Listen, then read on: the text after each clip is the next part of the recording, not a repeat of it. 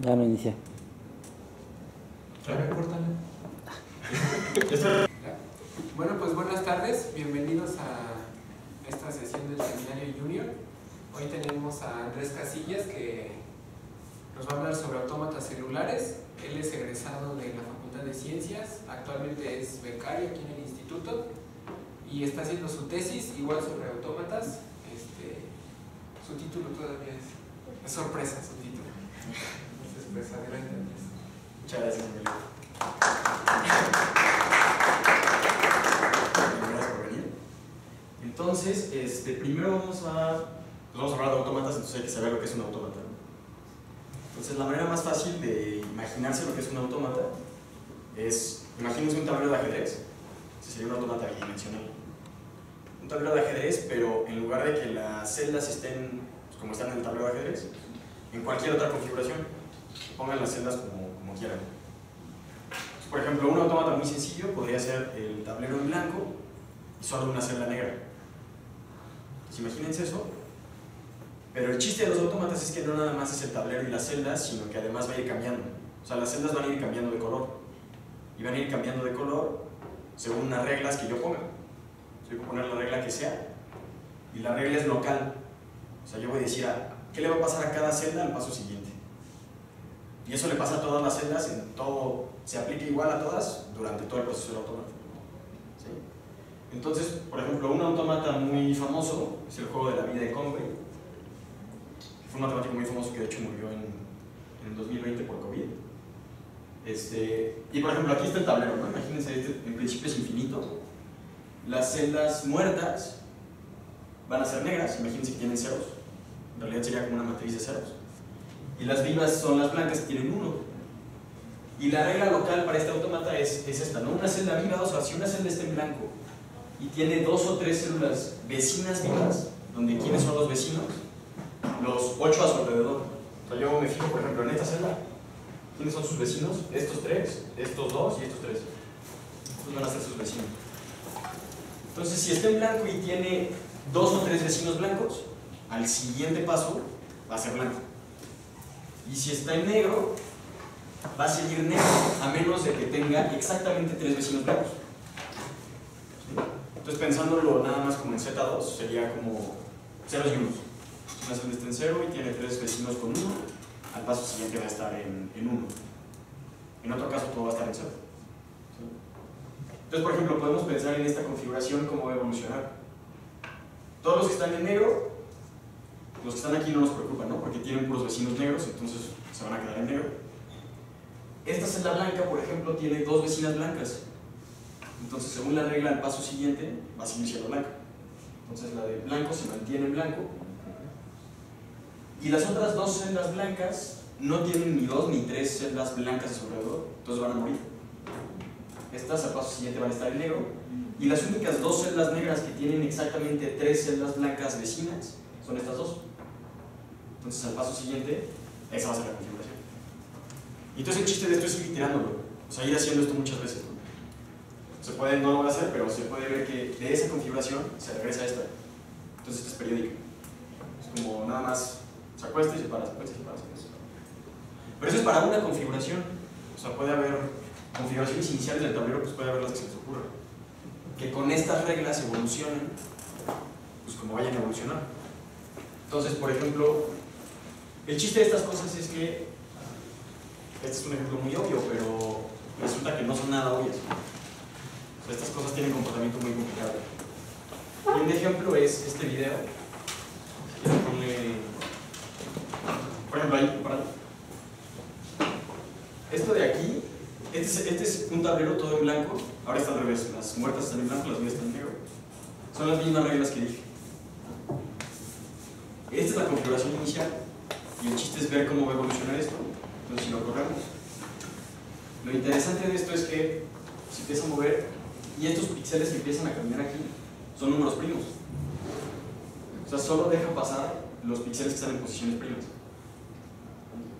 Entonces, se pueden dar cuenta de que sí se pueden hacer cosas bien complicadas con solo estas reglas sencillas y una configuración inicial. Nada más está muy bien. De hecho, este autómata es lo que se llama Turing completo.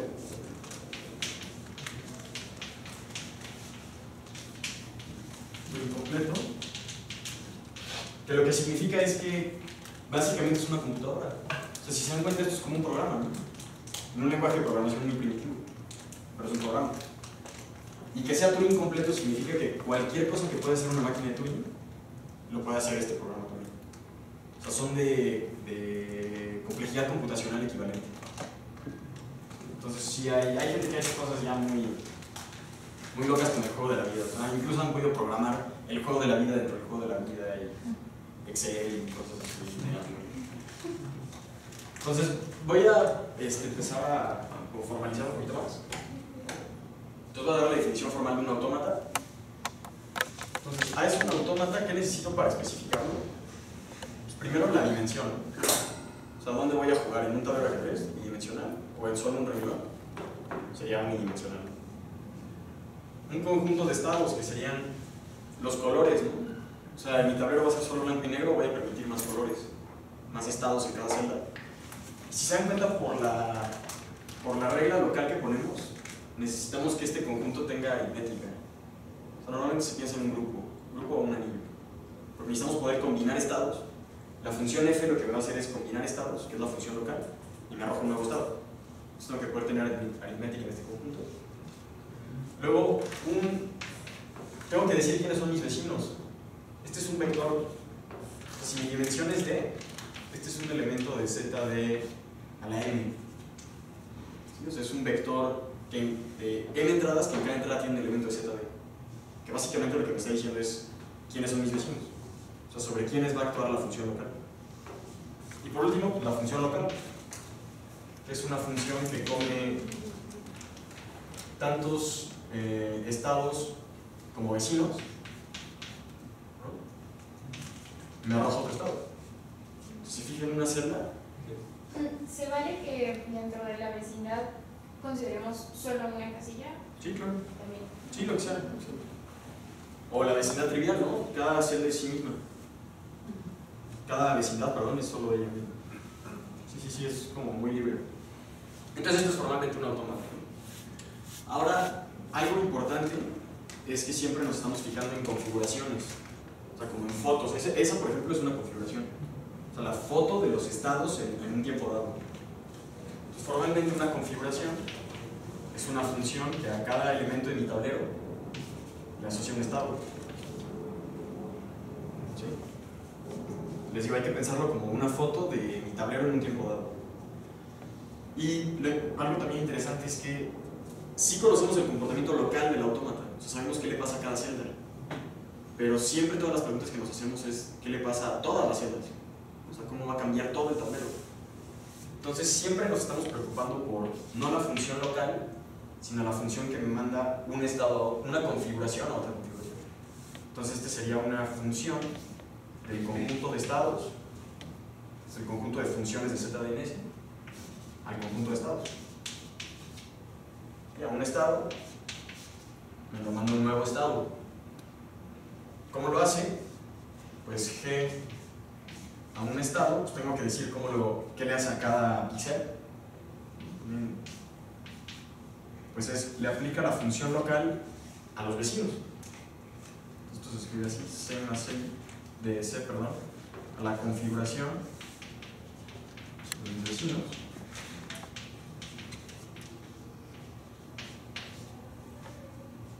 ¿Sí? O sea, me fijo en las configuraciones de los vecinos, donde aquí ni hasta nm es mi vector de vecindad. O sea, n es un vector así. n1, aquí es n1, perdón.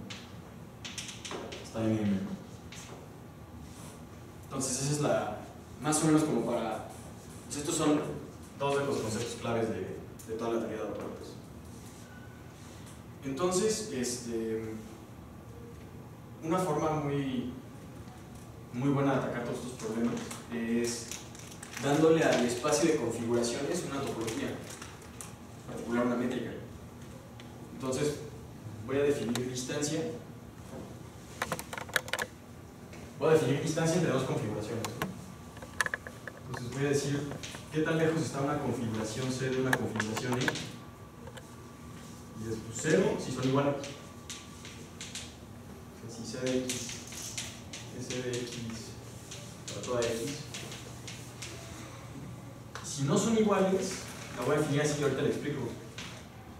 El mínimo, las normas infinito, para que C de X difiere de X. ¿Esto qué significa? Básicamente, piensa en una configuración. Pongan esta, ¿no? Siempre suponemos que la configuración está indexada. Esta es la celda 0, la celda 1, 2, y menos 1, menos 2, etc. Esta es mi configuración C, y esta es mi configuración E.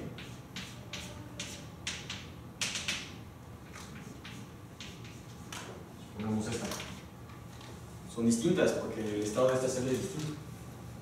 Entonces, la distancia entre esta configuración y esta va a ser, me fijo en la primera celda en la que se equivocan, y es 2 elevado a menos el valor absoluto de eso. Entonces sería, en este caso sería, o lo podemos ver así, ¿no? 1 entre 2 al valor absoluto. Y sería 2. La distancia entre estas configuraciones es un cuarto. Que pues es muy o sea, es complicada la expresión, pero es fácil de verlo. Simplemente queremos que dos configuraciones estén cerca si coinciden en muchas celdas. Entonces, si yo me fijo en el origen, ¿cuándo dos configuraciones van a estar cerca? Pues cuando el primer lugar para el que se equivoquen sea muy grande. Eso significa que coincidan en muchas celdas en torno al origen. Entonces es una buena idea de cercanía en el espacio de configuración. Una de las virtudes de esta métrica en este espacio es que resulta que la convergencia, o sea, ¿cómo puedo ver si una sucesión de configuraciones converge a otra? Es entrada a entrada, porque justamente la cercanía la estoy midiendo como que coincidan en muchas configuraciones. Entonces, si yo veo una sucesión de configuraciones que converge a otra, va a tener que converger columna a columna. O sea, las celdas eventualmente tienen todas el mismo estado que la celda límite, que la configuración límite. Entonces la convergencia es puntual, y eso tiene la gran ventaja de que la función g que me interesa es continua. O sea, la función g es una función continua. Y eso es bonito porque, o sea, ¿cómo podemos verlo? Que si me tomo una sucesión de configuraciones CI que converge a C, en cada n, por definición esto es esto, ¿no? CI de n más n1, aquí sería como CI de n más nm. Estos son n celdas que por ser una convergencia puntual, tomando el máximo todas entran. O sea, todas eventualmente son iguales a las celdas de la configuración límite, que es C. Entonces esto, tomando el máximo, simplemente es esto. C de n más n1, C de n más nm. ¿Y esto quién es? Pues por definición esto es g de C. O sea, g del límite. Y como la n es arbitraria, lo que me está diciendo es que la g, o sea, la g saca límites, ¿no? G del límite, más bien, el límite de las g es g del límite. Porque C, o sea, CI, y estoy suponiendo que la sucesión CI de configuraciones converge a C. ¿Sí? Entonces la g es continua. O sea, si se dan cuenta, todas las funciones que me mandan un tablero en otro son funciones continuas. Eso es algo bonito. Y también es muy importante porque resulta también que con esa métrica el espacio de configuraciones es un conjunto de Cantor. ¿Sabes que vamos a ver eso? Intuitivamente es fácil de ver para una dimensión. Entonces, me fijo, por ejemplo, en alguien aquí. Son una configuración en una dimensión con conjunto de estados 0, 1, Z2, pensemos. Que es simplemente una configuración, digamos, 1, 1, 0, 1, 0, 0, sea, ¿no? Indexada por los enteros. Es el 0, el 1, el 2, el 3, el 1, el 2. Entonces esta la puedo mandar al conjunto de sucesiones, pero ya en los naturales, ¿no? Porque simplemente Z y N son biyectivos. Entonces, arreglando los índices, le mando una configuración acá. Simplemente pongo primero el del índice 0, luego el del 1, luego el del -1, luego el del 2, -2, 3, -3. ¿Sí? Entonces tengo ahora una nueva sucesión indexada por naturales. Y esta es fácil mandarla al conjunto de Cantor con una función muy bonita, que es, le pongo un punto y lo interpreto como un número en base 3. Me quedaría algo así. Esta función formalmente es algo así como la suma de 2i sobre 3 a la i o i más 1, no recuerdo. Pero bueno, básicamente estás haciendo la expansión en base 3 de esta sucesión. O sea, la estás interpretando como un número en base 3, entre 0 y 1, y este es un elemento del conjunto de Cantor. ¿Sí? Porque si no tiene al 2, significa que nunca escogí segmentos medios. Y esa es la construcción de Cantor.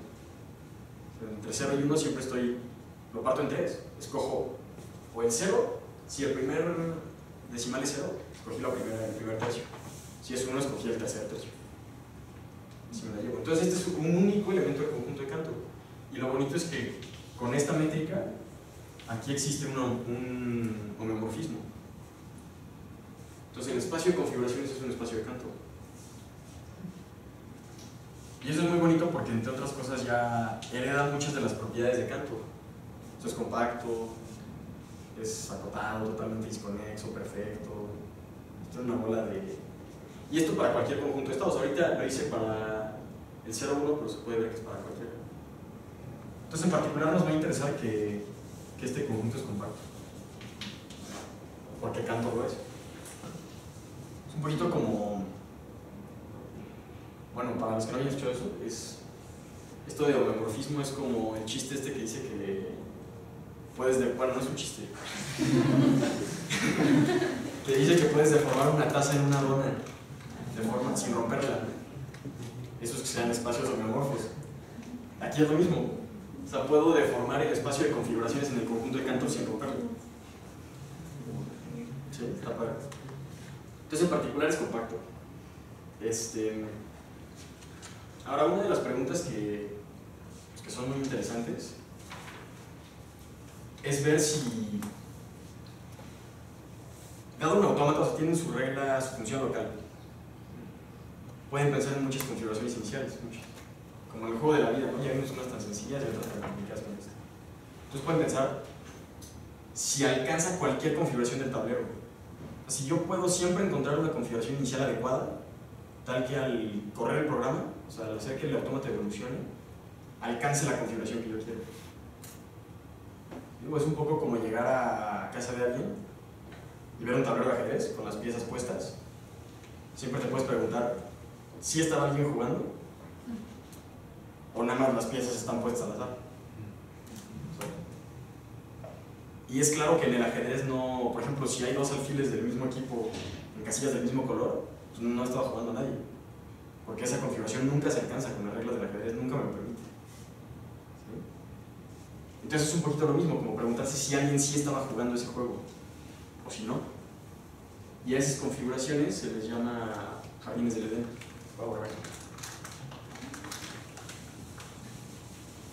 Entonces,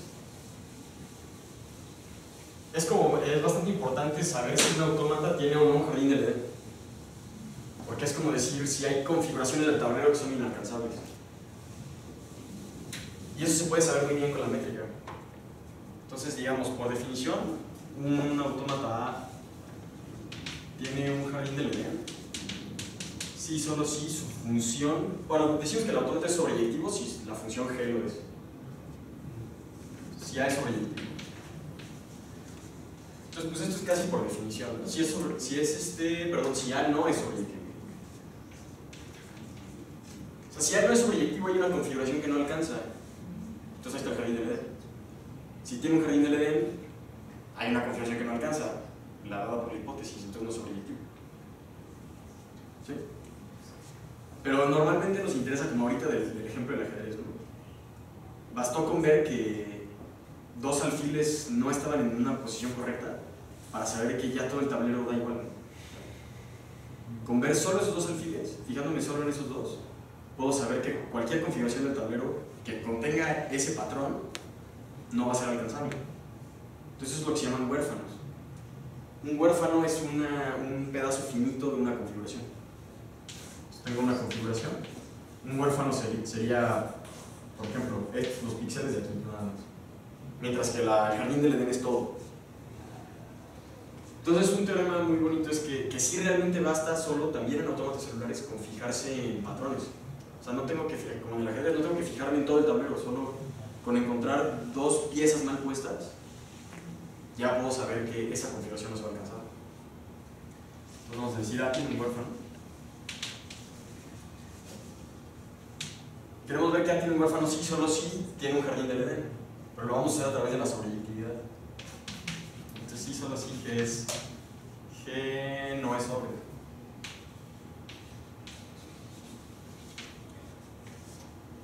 Entonces de ida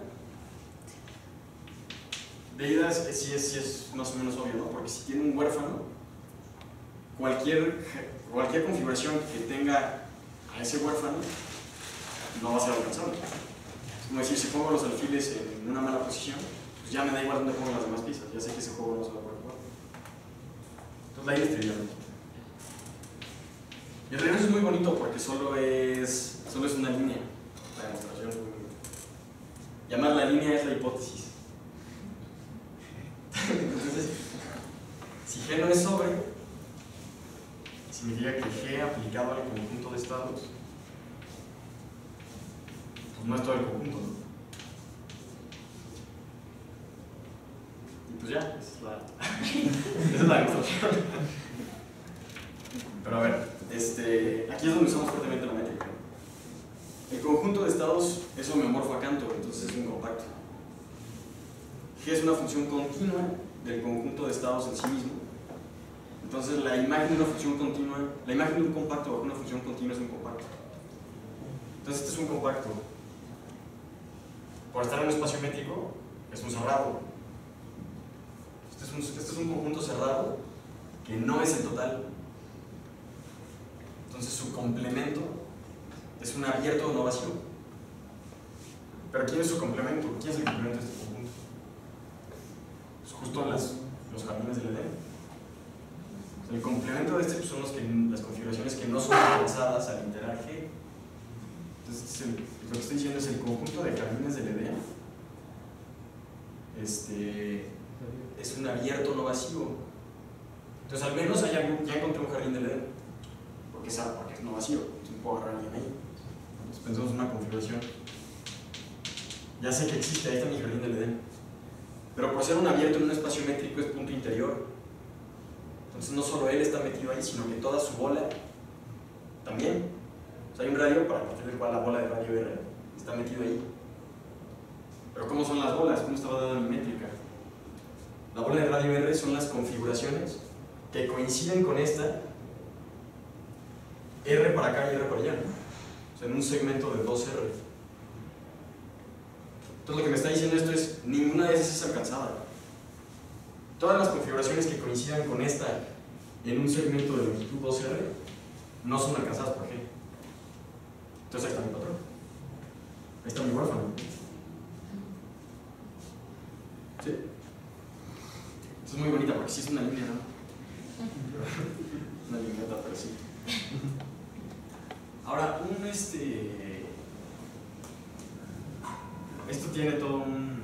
Entonces, bueno, ya, huérfanos sí, solo sí, jardín del Edén. Entonces basta con fijarnos en patrones. No tenemos que pensar en todas las configuraciones.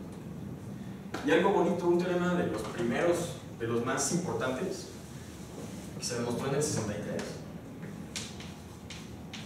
se llama el teorema del jardín del Edén. Y lo que te dice es, caracteriza exactamente cuándo sí vas a tener jardines del Edén y cuándo no.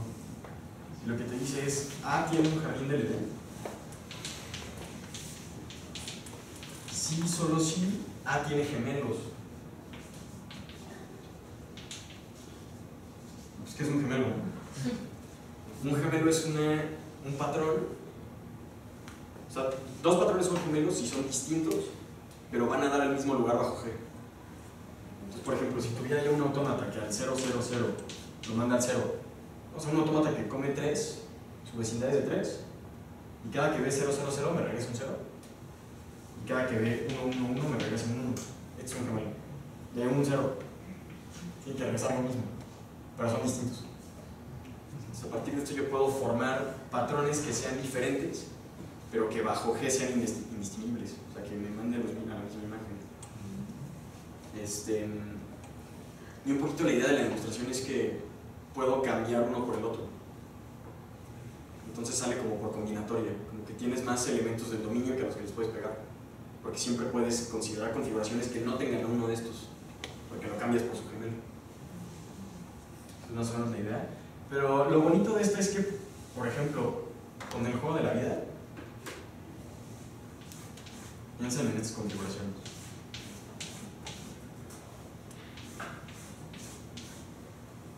Esta y esta.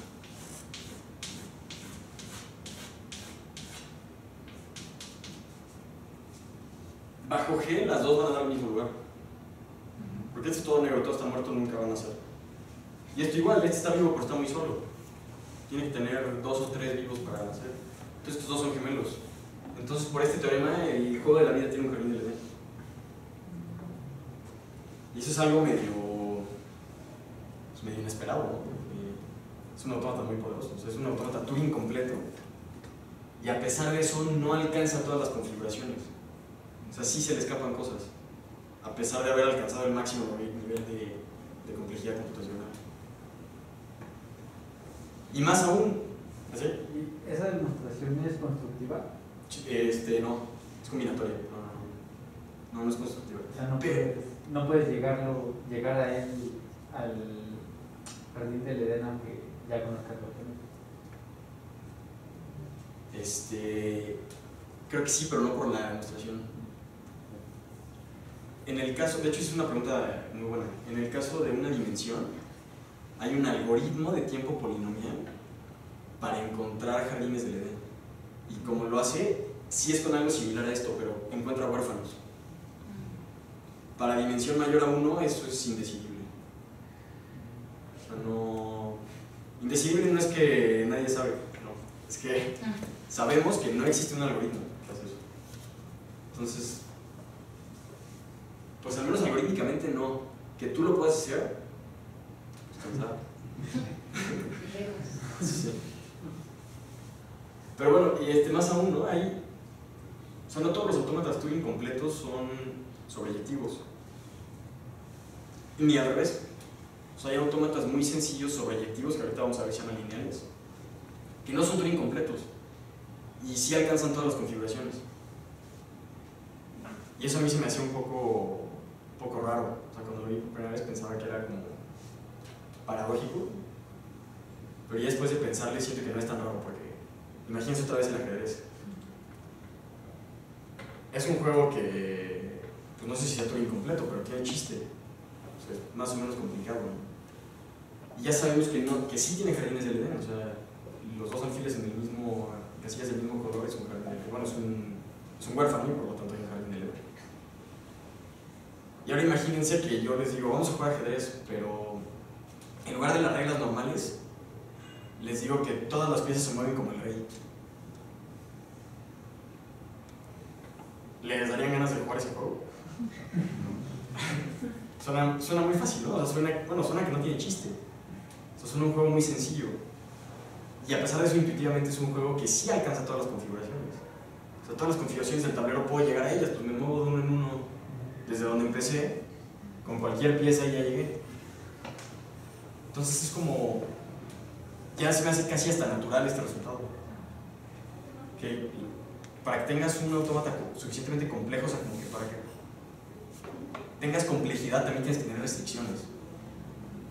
Si tienes algo demasiado libre o que te restringe demasiado, o sea, en este caso demasiado libre que puedas alcanzar todo, no vas a tener tanta complejidad.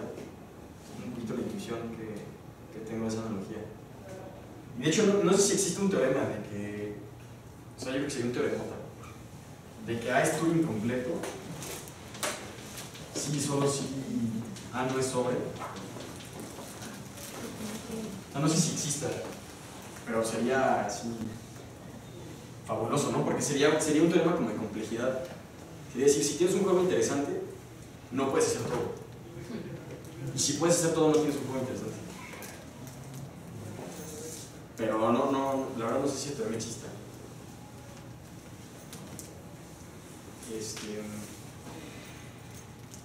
Entonces, bueno, como decía, vamos a ver unos autómatas muy sencillitos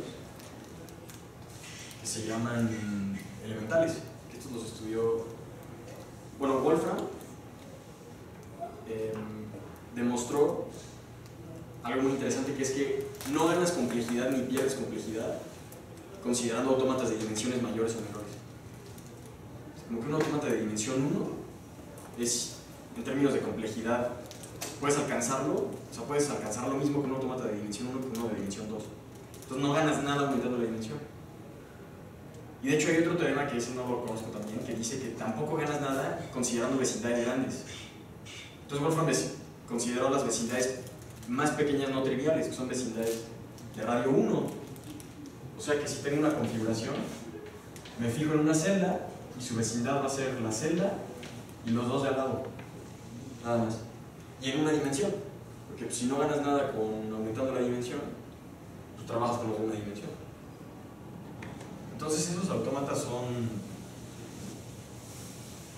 los que se llaman autómatas elementales.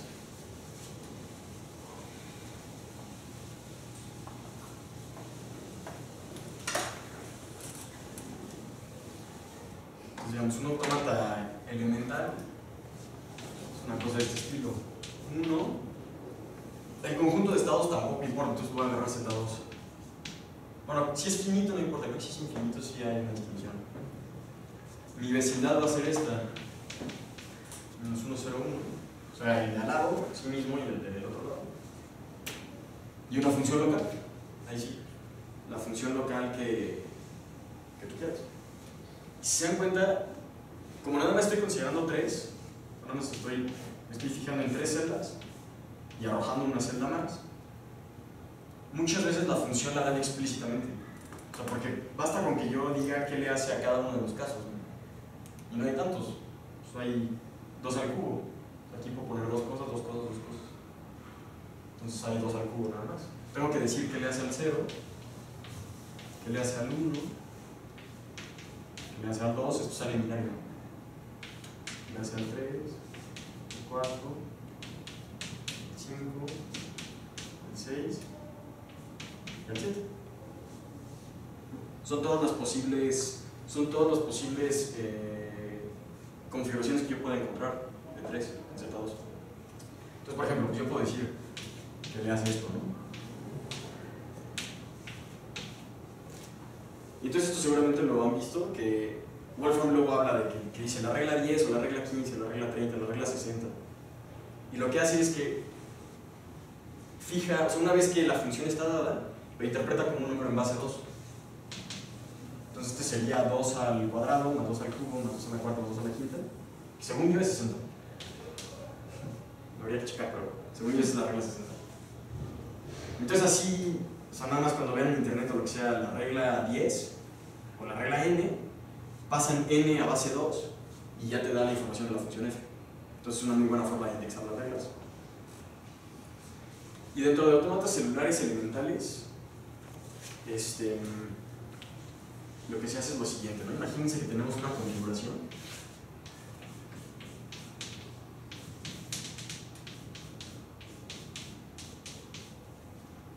lo que se le ocurrió a Wolfram fue colgar esta configuración en un polinomio. Entonces voy a agarrar cosas de este estilo, ahí x sale ahí, supongamos que tengo el 0, ¿no? Mi 0, mi 1, 2, 1.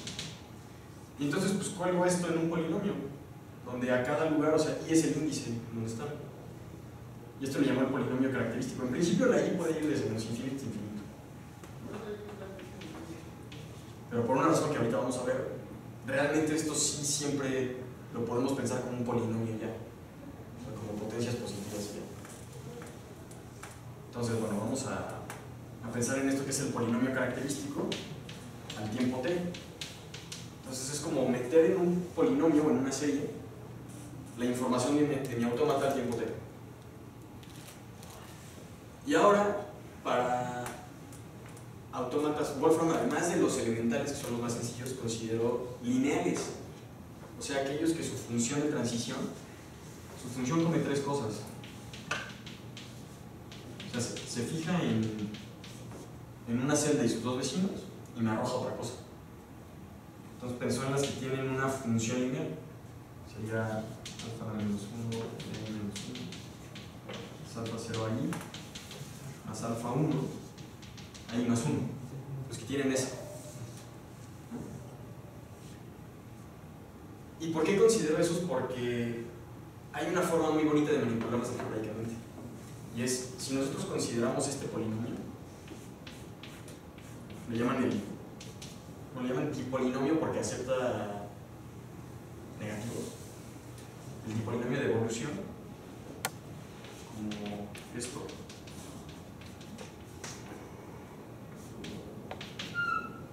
Fíjense qué pasa cuando yo multiplico esto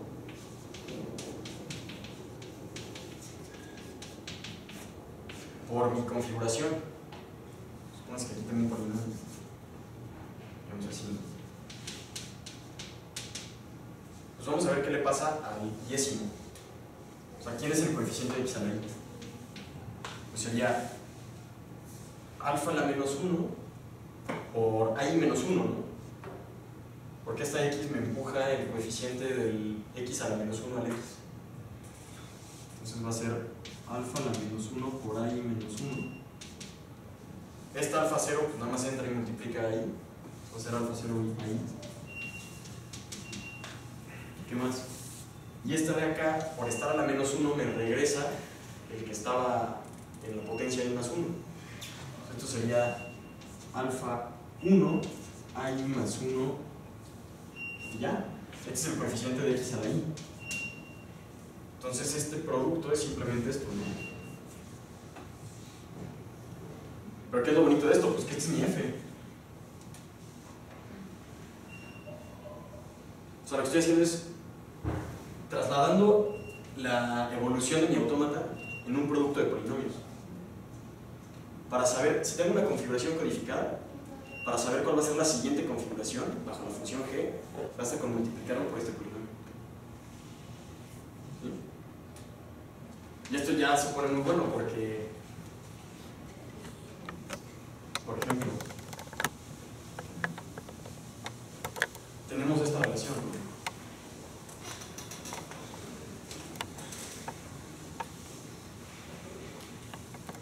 Tienes que t de x por a0, o sea, por la configuración inicial, me da la que sigue, me da 1. Y entonces a1 por t de x me va a dar la que sigue, a2. Pero tienes a1, t de x por a0. Entonces, ¿cómo tengo la segunda? T cuadrada por a0. ¿Sí? Eso no es una sustitución. O sea, iterando esta fórmula, llegas a que la configuración al tiempo t es simplemente el polinomio elevado a la t por la configuración inicial, ¿no? Entonces aquí como que le estás dando la vuelta al autómata, o sea, en lugar de correrlo, pues calculo esto y ya sé qué va a pasar al tiempo t. Y lo bonito es que además, si a0 es 1, o sea, si a0 es el polinomio 1, ¿qué correspondería en autómata? Solo una configuración que solo tiene un píxel negro y todo lo demás blanco. Si A0 es 1, esto simplemente es t a la t de x, ¿no? Entonces, ¿qué me está diciendo? Que los coeficientes de este polinomio elevado a la t me van a arrojar los estados del autómata. O sea, esta es la función generadora de los renglones de mi autómata al tiempo t. Y un ejemplo para que se vea que sí está padre es esto, ¿no? Por ejemplo, consideramos f que sea la suma, o sea, a y menos 1 más a y. O sea, pensemos en este autómata, a y menos 1 más a y. Pues vamos a ver quién sería, ¿no? O sea, cómo evolucionaría a partir de esto.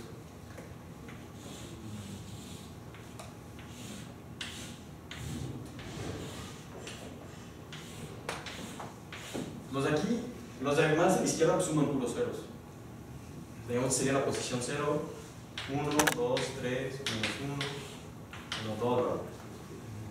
Aquí pues, es la suma de estos dos es 0. Todos estos van a ser 0. No nos interesa los de acá. Este va a ser este más este. Va a ser 1. Este también va a ser 1 porque es este más este. Este vuelve a ser 0, es 0 más 0. Todos los demás vuelven a ser 0. Ahora el siguiente renglón sería este es este más este va a ser 1. Este de aquí es este más este, es 2 en Z2, es 0. Este de aquí es 1 más 0 va a ser 1. Y esto es 0. Y lo padre es porque quién es realmente, o sea, quién. Porque así nada más yendo 1, 1, pues. Quién sea quien sea. Pero lo. Ahí estamos. Pensando quién será.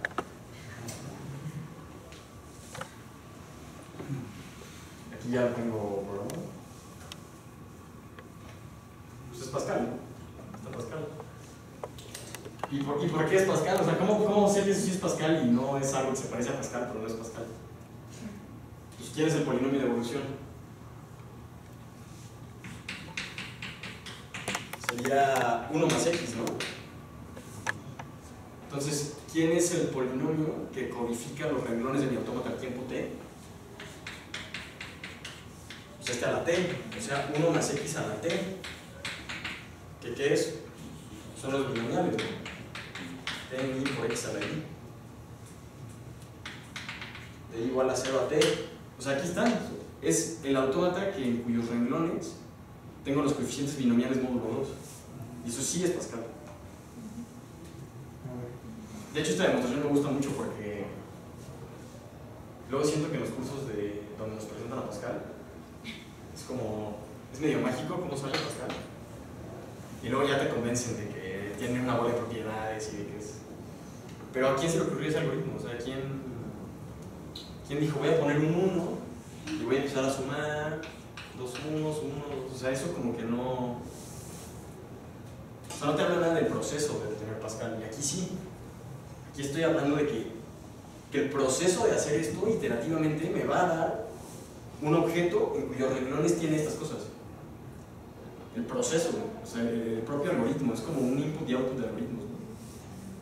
No tengo que convencerlos por fuera de que esto tiene algo que ver con combinatoria, sino que yo ya sé que este algoritmo va a tener en sus renglones esto. Algo padre también es que pues ahorita está en Z2, pero yo podría en principio cambiar el anillo. Podría considerar ZM, por ejemplo Z4. Y entonces, ¿qué me va a dar? Me va a dar lo mismo, pero los coeficientes binomiales módulo 4. Y eso también es muy interesante. Cosas así, ¿no? Cada color es una clase residual. No, para verlos para.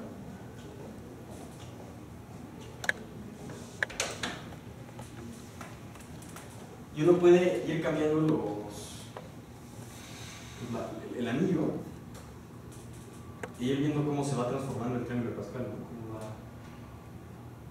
Que sí hay cosas que caen en distintas clases residuales. No sé, 11.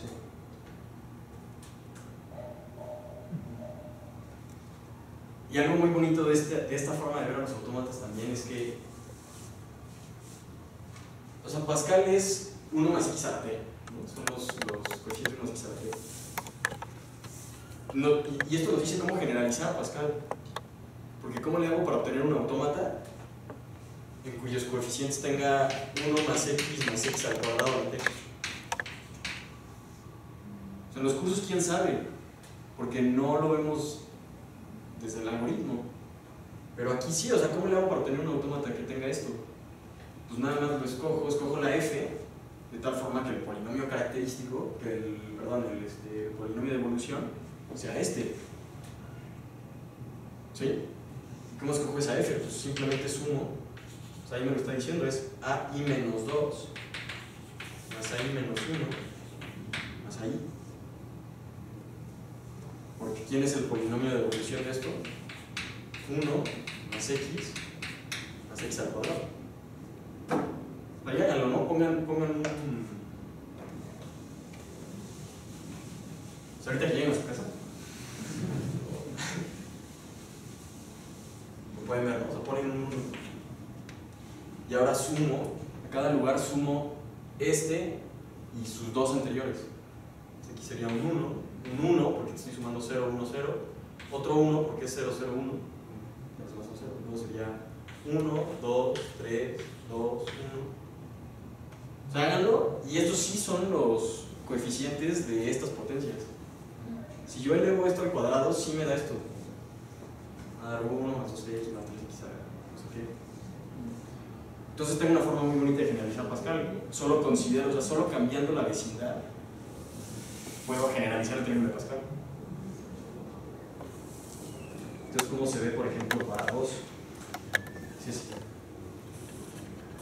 ¿Y quién sería? O sea, ¿quién es 1 más x al cuadrado en la t?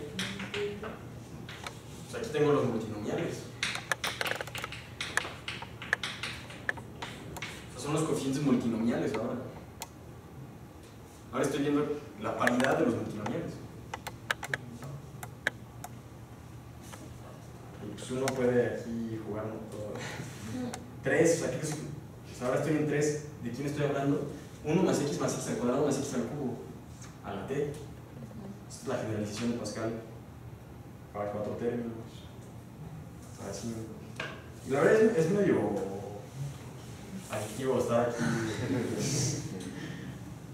Porque parece que se va como rasgando, ¿no? Y uno podría hacer muchas hipótesis, pero pues yo que ya he estado aquí moviendo, parece que se está rasgando, pero de repente como que regresa. Por ejemplo, por ahí del 20 ya se ve otra vez como, no sé si se ve o luego más grande. Más grande. Lo más que más grande se ve menos, pero ahí está mejor. Sí. O sea, ya se ve como que regresa y el 30 es mi favorito. Porque ya tiene como una estructura muy...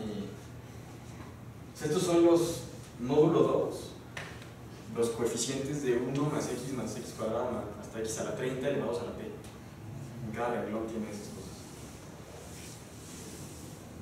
Y pues también lo podemos ver con distintos anillos. Módulo 3, módulo 5, 6, etcétera, ¿no? O sea, uno puede aquí jugar mucho.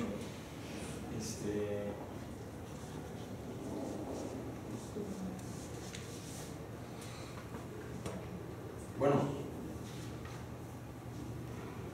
algo, ya yo creo que el último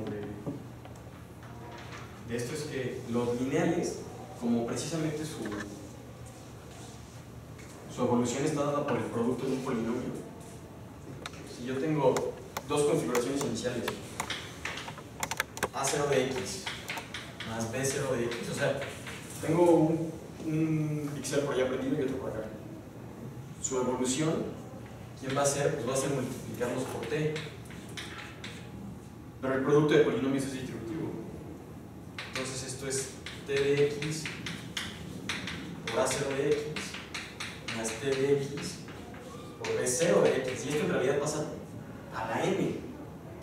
O sea, lo que me está diciendo esto es, si yo tengo un autómata lineal cuya configuración inicial no es nada más un píxel, sino que son una bola de, por ejemplo, este prendido por acá, otro, no sé qué, me puedo fijar nada más en lo que le hace a un píxel. Y la evolución de eso va a ser la suma de las evoluciones. Por eso en principio les decía que da igual el polinomio, o sea, sí es un polinomio. De hecho, casi siempre nada más es un 1. Porque siempre descompongo un autómata lineal como suma de básicos. Y esto también es bonito de ver. Por ejemplo, en Pascal, si le pongo que otro píxel se prenda como configuración inicial, me da la evolución de ese autómata es como suma de 2 pascales. O sea, es exactamente la suma de 2 pascales. Y eso no pasa en general para todos los lineales.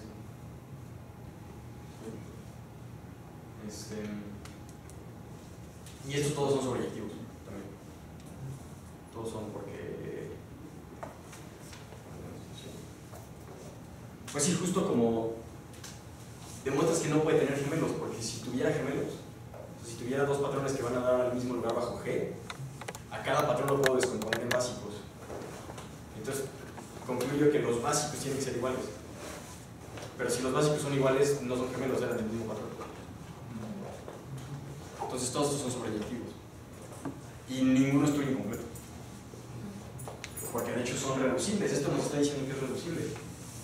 Lo puedo anticipar por otro proceso de cómputo que me requiere menos tiempo que correr el autómata. En particular, puedo partir de esas dos condiciones iniciales, lo puedo partir en una, en otra y sumarlo. Y eso es más barato que correrlo todo en paralelo. Bueno, pues eso es lo que les quería platicar.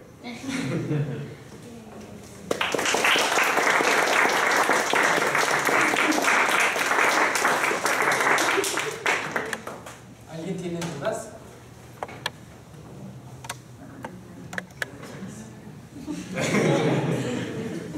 Bueno, están invitados a la próxima semana a la charla de Saori. Ella nos va a hablar sobre una relación entre música y matemáticas. Va a estar bueno. Pues no tenemos, ahora no hubo café y galletas, pero hay buena conversación. Se puede quedar un rato aquí hablando. Hay más sorpresas.